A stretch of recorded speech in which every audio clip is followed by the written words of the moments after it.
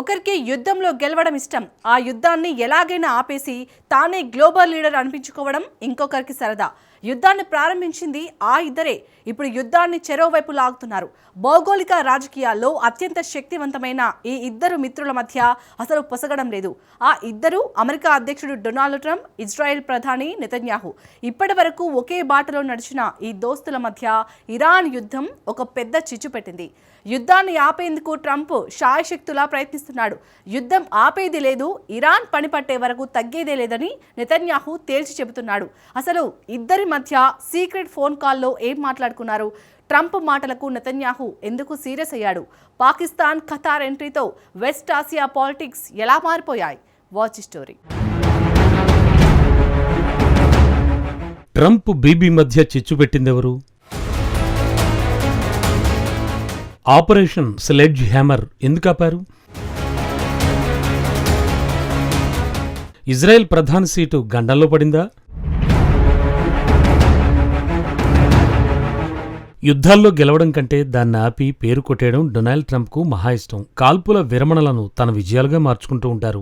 శాంతి చర్చలను తన వ్యూహాత్మక శక్తికి, పట్టుదలకు నిదర్శనమని ప్రచారం చేసుకుంటూ ఉంటారు. ఇది అమెరికా అధ్యక్షుడి నైజం కూడా. కానీ ట్రంప్ మిత్రుడు ఇజ్రాయెల్ ప్రధానమంత్రి నెతన్యాహు అందుకు భిన్నం.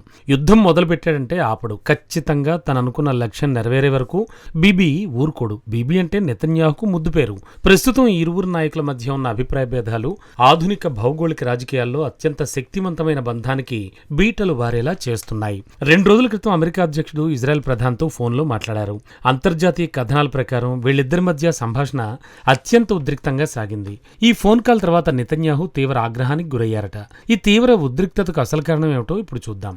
యుద్ధాన్ని ముగింపు పలికేందుకు మధ్యవర్తులుగా వ్యవహరిస్తోన్న ఖతార్, పాకిస్తాన్ పనిచేస్తున్నట్లు కాల్లో ట్రంప్ చెప్పారు. ఇదే బీబీ ఆగ్రహానికి అసలు కారణం. అంటే యుద్ధాన్ని ట్రంప్ ఆపాలని అనుకుంటున్నాడు. నెతన్యాహు మాత్రం కొనసాగించాలని కోరుకుంటున్నాడు. నెతన్యాహు వాదన ఏమిటంటే ఇరాన్ తన పంథాను మార్చుకోవడం లేదు. అంతర్జాతీయ సమాజానికి టెహ్రాన్ సవాల్ విసురుతోంది.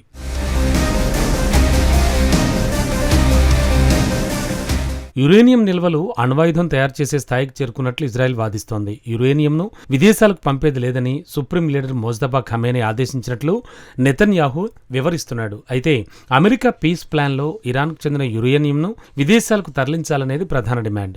ఈ ఉద్రిక్తతల నడుమ పాకిస్తాన్ తన దౌత్య ప్రయత్నాలను ముమ్మరం చేసింది. అమెరికా, ఇరాన్ మధ్య శాంతి చర్చలను విజయవంతం చేసేందుకు టెహ్రాన్లో మునీర్ పర్యటిస్తున్నాడు. ఇక్కడ అసలు విషయం ఏంటంటే శాంతి చర్చలకు పాకిస్తాన్ మధ్యవర్తిత్వం, అమెరికా వ్యూహాలు పై ఇజ్రాయెల్ ప్రధాని నెతన్యాహు తీవ్ర అసంతృప్తికి గురయ్యాట. ట్రంప్ వ్యూహాన్ని ఇజ్రాయెల్ ప్రధాని ఏకీభవించడం లేదు. ఇరాన్పై దాడులను వాయిదా వేయడం పెద్ద పొరపాటని నెతన్యాహు వాదిస్తున్నాడు. నిజానికి గత వారం ఇరాన్పై నిర్దేశిత లక్ష్యాలే ధ్యేయంగా కొత్త దాడులకు సిద్ధమని ట్రంప్ వార్నింగ్ ఇచ్చాడు. ఈ దాడులకు ఆపరేషన్ స్లెడ్జ్ హ్యామర్ అనే పేరును కూడా పెట్టారు. కానీ ఆశ్చర్యకరంగా ఈ ప్లాన్ను ట్రంప్ పక్కన పడేశాడు. ఈ ప్లాన్ను పక్కన పెట్టడానికి కారణాలను ట్రంప్ స్వయంగా వెల్లడించాడు. గల్ఫ్ ప్రాంతంలోని మిత్ర దేశాల అభ్యర్థన మేరకే ఈ నిర్ణయం తీసుకున్నట్లు వైట్ హౌస్ బాస్ స్పష్టం చేశాడు. ఈ ప్రకటన చేయడమే కాదు, ఇరాన్ విషయంలో ట్రంప్ స్వరం ఒక్కసారిగా మారిపోయింది. ఇరాన్పై ఒంటికాలితో లేచే ట్రంప్ విమర్శల తీవ్రతను ఒక్కసారిగా తగ్గించాడు. యుద్ధాన్ని వీలైనంత త్వరగా ముగించాలన్నదే ట్రంప్ ప్లాన్. అందుకు ఇరాన్పై ఒత్తిడిని తీవ్రతరం చేయడంతో తాను పవర్ఫుల్ లీడర్ అని నిరూపించుకోవాలన్నదే ట్రంప్ ఆరాటం. అదే సమయంలో ఈ సంక్షోభం అమెరికాకు రాజకీయంగా, ఆర్థికంగా ఇబ్బందులను కలిగిస్తోంది.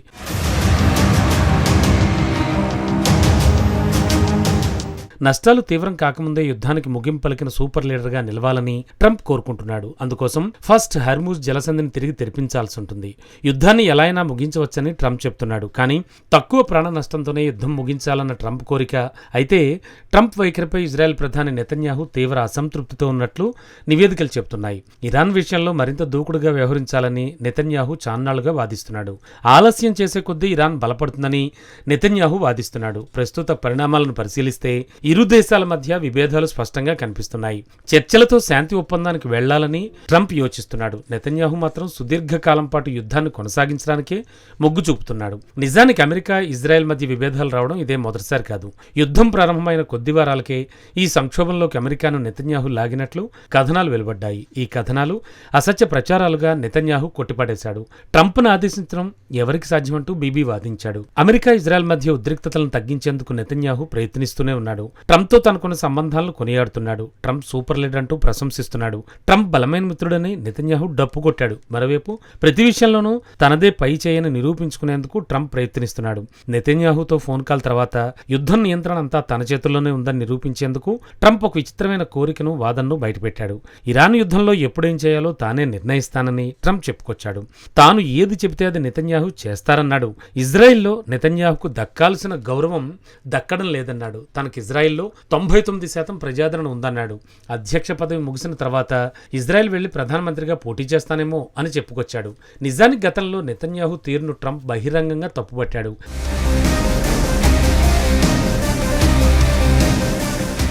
ఇరాన్ గ్యాస్ క్షేత్రాలపై బాంబు దాడులను చేయొద్దని నెతన్యాహుకు స్పష్టంగా చెప్పానని ట్రంప్ వెల్లడించాడు. దీంతోపాటు ఏప్రిల్ 8న కాల్పుల విరమణ ఒప్పందాన్ని ప్రకటించాడు. అందులో లెబనాన్ను మినహాయించాలనే నెతన్యాహు నిర్ణయాన్ని ట్రంప్ మొదట సమర్థించడం గమనార్హం. ఆ తర్వాత లెబనాన్ వ్యవహారంలో ట్రంప్ అనూహ్యంగా యూటర్న్ తీసుకున్నాడు.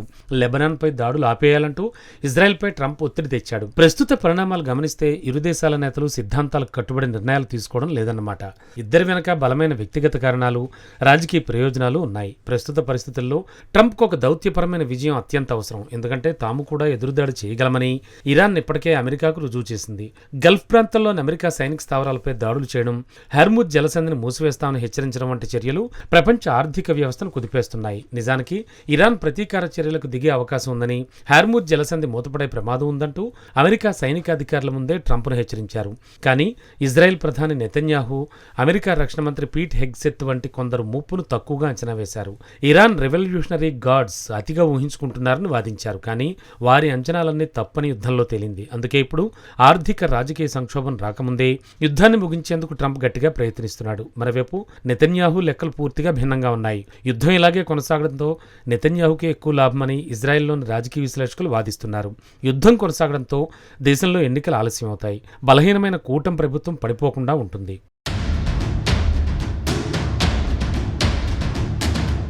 ఇక అన్నింటికీ మించి నెతన్యాహుపై ఉన్న అవినీతి కేసుల విచారణలోకి రాకుండా యుద్ధం అడ్డుకుంటుంది. అందుకే ఎవరికి వారు యుద్ధం విషయంలో రాజకీయ మనుగడకు పావులు కదుపుతున్నారు. సాంప్రదాయ యూదు వర్గాలకు సైనిక విధుల్లో మినహాయింపునిచ్చే అంశంపై నెతన్యాహు కూటమిలో చీలికలు మొదలయ్యాయి.